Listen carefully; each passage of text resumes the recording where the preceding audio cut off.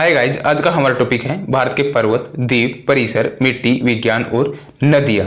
यह जो टॉपिक है वो ज्योग्राफी से ही है और यह पार्ट नंबर 3 है। तो चलिए स्टार्ट करते हैं बिना किसी देरी के। आज का हमारा फर्स्ट क्वेश्चन है, नर्मदा एवं ताप्ती के मध्य सतपुड़ा एक ब्लॉक पर्वत है जिसका सर्वोच्च शिखर धूपगढ़ है। जो नर्मदा एवं ताप्ती की नदियों के मध्य जो है सतपुड़ा एक ब्लॉक पर्वत है जिसका सर्वोच्च शिखर की बात करी तो वह धूपगढ़ है।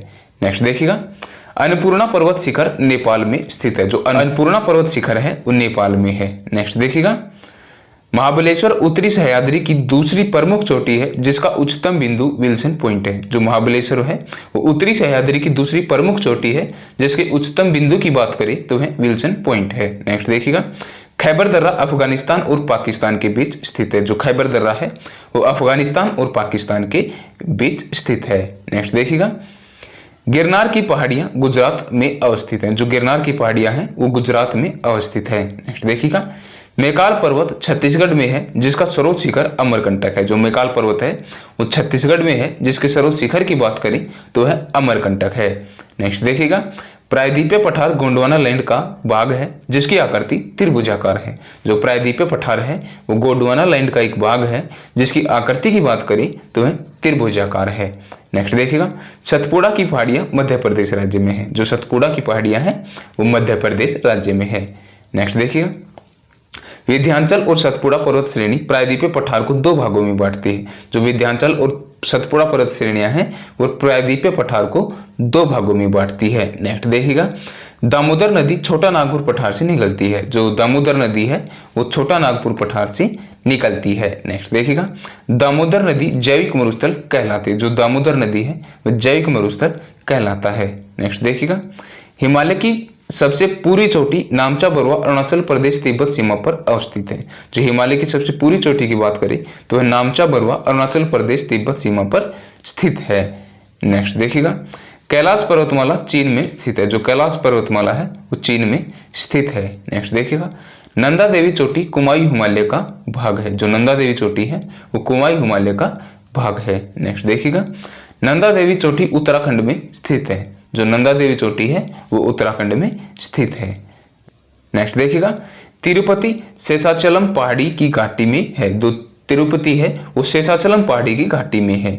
नेक्स्ट देखिएगा, मध्य प्रदेश में पंचमढ़ी पर्यटक तथा सतपुड़ा पहाड़ी पर स्थित है। जो मध्य प्रदेश में जो पंचमढ़ी पर्यटक स्थल है वो सतपुड़ा पहाड़ियों पर स्थित है। नेक्स्ट देखिएगा, पंचमढ़ी को सतपुड़ा की रानी कहा जाता है। जो पंचमढ़ी जो पर्यटक स्थल है इसको सतपुड़ा की रानी कहा जाता है। नेक्स्ट देखिएगा, नंदी हिल्स मैसूर शहर के पास स्थित है। जो नंदी हिल्स है वो मैसूर शहर के पास स्थित है। नेक्स्ट देखिएगा, महादेव पहाड़ी मध्य प्रदेश में स्थित है। जो महादेव पहाड़ी है वो मध्य प्रदेश में स्थित है।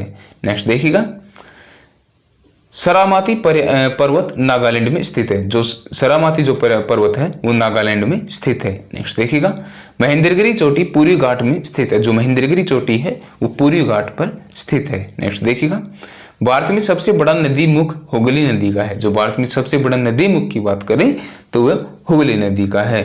नेक्स्ट देखिएगा, भारत के विशाल मैदान का निर्माण नदियों द्वारा बहाकर लाई गई निक्षेपों से हुआ है। जो भारत के जो विशाल जो मैदानों का निर्माण हुआ है वो नदियों द्वारा बहाकर लाई गई निक्षेपों से हुआ है। नेक्स्ट देखिएगा, गोखुर झील उत्तरी मैदान में पाई जाती है। जो गोखुर झीलें हैं वो उत्तरी मैदान में पाई जाती हैं। नेक्स्ट देखिएगा, पवन द्वारा निर्मित मैदान पेडी प्लेन कहलाता है। जो पवन द्वारा जो निर्मित मैदान होता है उसको पेडी प्लेन कहा जाता है। नेक्स्ट देखिएगा, भारत की सबसे लंबी नदी गंगा की उत्पत्ति उत्तराखंड में स्थित गंगोत्री हिमनद से होता है। जो भारत की सबसे लंबी नदी है गंगा, उसकी उत्पत्ति उत्तराखंड में स्थित गंगोत्री हिमनद से इसकी उत्पत्ति होती है। नेक्स्ट देखिएगा, वास्तव में देवप्रयाग में भागीरथी एवं अलकनंदा नदियों की संयुक्त धारा गंगा कहलाती है। जो देवप्रयाग में जो है भागीरथी एवं अलकनंदा नदियों की संयुक्त धारा को ही गंगा कहा जाता है। नेक्स्ट देखिएगा, यमुना गंगा की सबसे लंबी सहायक नदी है। जो यमुना है वो गंगा की सबसे लंबी सहायक नदी है। नेक्स्ट देखिएगा, भारत में सबसे लंबी सहायक नदी की बात करें तो वो यमुना है। जो भारत में सबसे लंबी सहायक नदी है वो यमुना है। नेक्स्ट देखिएगा, यमुना नदी को खुला नाला कहा जाता है। जो यमुना नदी है इसको खुला नाला कहा जाता है। नेक्स्ट देखिएगा, सोन नदी गंगा में दक्षिण से मिलती है। जो सोन नदी है वो गंगा में दक्षिण से मिलती है।